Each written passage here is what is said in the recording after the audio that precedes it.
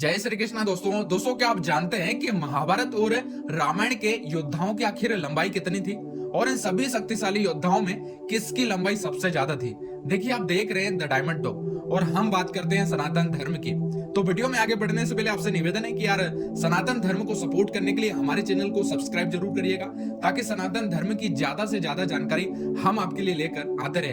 दोस्तों, वीडियो बहुत इंपॉर्टेंट होने वाला है और आज जो जानकारी बताने वाला हूँ वो भी हर सनातनी को पता होना चाहिए, इसलिए इस वीडियो को स्किप मत करिएगा और समय निकालकर इस वीडियो को पूरा जरूर ध्यान से सुनिएगा। और वीडियो अगर पसंद आए तो वीडियो को अभी लाइक कर दीजिएगा और कमेंट में जय श्री कृष्णा लिखना मत भूलिएगा, वो जरूर करिएगा। तो चलिए वीडियो में आगे बढ़ते हैं। दोस्तों, हमारे प्राचीन शास्त्रों में कई युगों का वर्णन मिलता है, जैसे सतयुग, त्रेता युग, द्वापर युग और कलयुग। ऐसा माना जाता है कि सतयुग की उम्र 16,28,000 वर्ष थी, जिसमें एक सामान्य व्यक्ति की आयु 1,00,000 वर्ष मानी जाती थी। वही त्रेता युग 12,56,000 वर्षों का था, जहां लोगों की औसतन आयु 10,000 वर्ष हुआ करती थी। और वही द्वापर युग की बात करें तो 8,00,000 वर्षों का था, जहां पर लोग 1000 साल तक जिया करते थे। और इस प्रकार हम जी रहे हैं कलयुग में। तो कलयुग की अवधि है 4,32,000 वर्ष और इस युग में लोगों का 100 साल तक जीना भी मुश्किल है। हम सब कलयुग में जी रहे हैं और हम इस बात को जानते हैं कि आज के समय में 6 फीट से ऊपर किसी की भी लंबाई होती नहीं है, परंतु पिछले युगों में लोगों की लंबाई किसके बारे में बहुत ही सटीक विवरण हम अलग अलग पुराणों से आपको देने वाले हैं। दोस्तों, ऐसा माना जाता है कि सतयुग में लोगों की लंबाई 32 फीट तक थी और त्रेता युग की अगर बात करें तो औसतन आयु 21 फीट थी।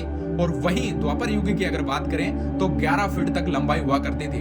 और अगर कलयुग की बात करें तो सामान्यतः इंसान की लंबाई 5 फीट तक तो मानी जाती है। और जैसे जैसे युग बढ़ते जाते हैं इंसानों की लंबाई और उम्र कम होती जाती है। इसलिए आज के इस वीडियो में हम बात करने वाले हैं रामायण और महाभारत के शक्तिशाली योद्धाओं की हाइट के बारे में और जानेंगे कि आखिर उनकी लंबाई कितनी थी। दोस्तों, हमारे प्राचीन धर्म के अनुसार रामायण और महाभारत काल के योद्धाओं की लंबाई आज से कई गुना ज्यादा होती थी।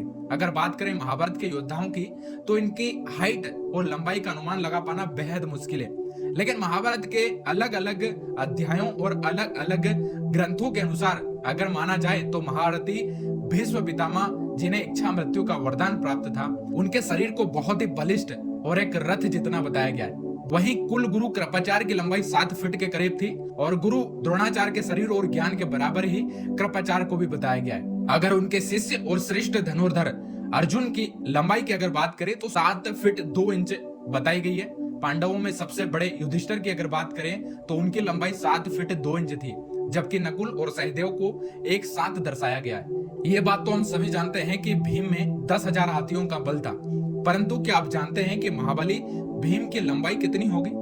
अगर गदाधारी भीम की लंबाई की बात करें तो 8 फीट 5 इंच से अधिक थी। भीम के गधे का वजन 10,000 हाथियों के बराबर था और उनका बलिष्ठ शरीर इतना विशाल था कि एक रथ भी उनके सामने छोटा प्रतीत होता था।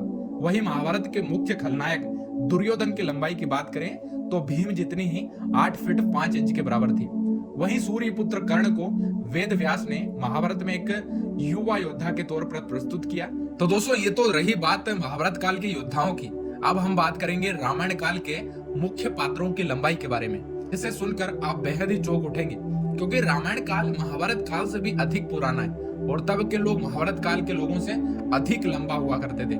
माना जाता है कि रामायण का मुख्य खलनायक और राक्षसों का राजा रावण 18 फीट लंबा था। पौराणिक काल के अनुसार कई ऐसे सबूत मिले जिनकी बुनियाद पर रावण की लंबाई का पता लगाया जा सकता है। वहीं इस बात की पुष्टि लंका के कुछ साइंटिस्ट भी करते हैं। रामायण में वर्णित है कि कुंभकर्ण सबसे विशालकाय राक्षस था। उसे लड़ने के लिए किसी सेना की जरूरत नहीं थी, उसने अकेले ही जाकर पूरी वानर सेना में खलबली मचा दी थी।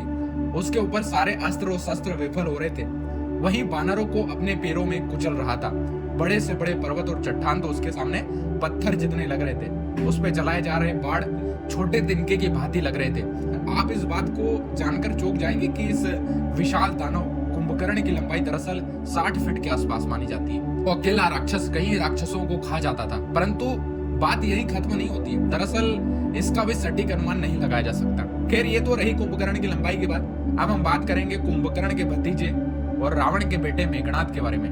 इंद्र को हराने वाला और ब्रह्मदेव का आशीर्वाद पाने वाला रावण का सबसे पराक्रमी पुत्र मेघनाद, जिसे लोग इंद्रजीत भी कहते हैं कि वो अपने पिता की तरह ही बलिष्ठ शरीर और बेहद शक्तिशाली था। उसकी लंबाई 12 फीट थी। अगर हम प्रभु श्री राम की बात करें तो रामचरितमानस में वर्णित है कि भगवान श्री राम 5 करीकुज लंबे थे। अब एक करीकुज में 24 इंच होते हैं, इस हिसाब से 5 करीकुज की लंबाई 120 इंच होती है और कुल मिलाकर 10 फीट होता है। तो भगवान श्री राम की लंबाई 10 फीट से अधिक बताई गई है। वहीं लक्ष्मण भी प्रभु श्री राम की हाइट इतने ही लंबे थे, बिल्कुल 10 फीट के करीब थे। अब बात करते हैं पवन पुत्र हनुमान जी की, तो उनकी लंबाई का अंदाजा लगा पाना बेहद मुश्किल है, क्योंकि वो जब चाहे छोटे हो सकते थे और जब चाहे विशाल रूप धारण कर सकते थे। इसलिए हनुमान जी की हाइट का स्पष्ट अनुमान लगाना तो बेहद मुश्किल है। वहीं अगर बाली की बात की जाए तो रावण जितना ही वह भी विशाल था और उसकी लंबाई भी 18 फीट थी। वही सुग्रीव 15 फीट के थे। कहा जाता है कि बाली का पुत्र अंगद भी 12 फीट लंबा था। दोस्तों अब हम बात करते हैं महाभारत और रामायण दोनों में भूमिका निभा चुके भगवान परशुराम के बारे में। माना जाता है कि वीर ब्राह्मण भगवान परशुराम जी की लंबाई 12 फीट से अधिक थी। तो दोस्तों ये थी रामायण और महाभारत के कुछ खास बलिष्ठ योद्धाओं की लंबाई और उनके हाइट के बारे में। अगर वीडियो पसंद आया हो तो कमेंट बॉक्स में जाकर प्यारा सा कमेंट जरूर करिएगा, इस वीडियो को लाइक करिएगा और सनातन धर्म के वीडियो पाने के लिए हमारे चैनल को सब्सक्राइब जरूर करिएगा और इस वीडियो को ज्यादा से ज्यादा शेयर करिएगा ताकि सनातन धर्म का ज्ञान ज्यादा से ज्यादा लोगों तक फैले।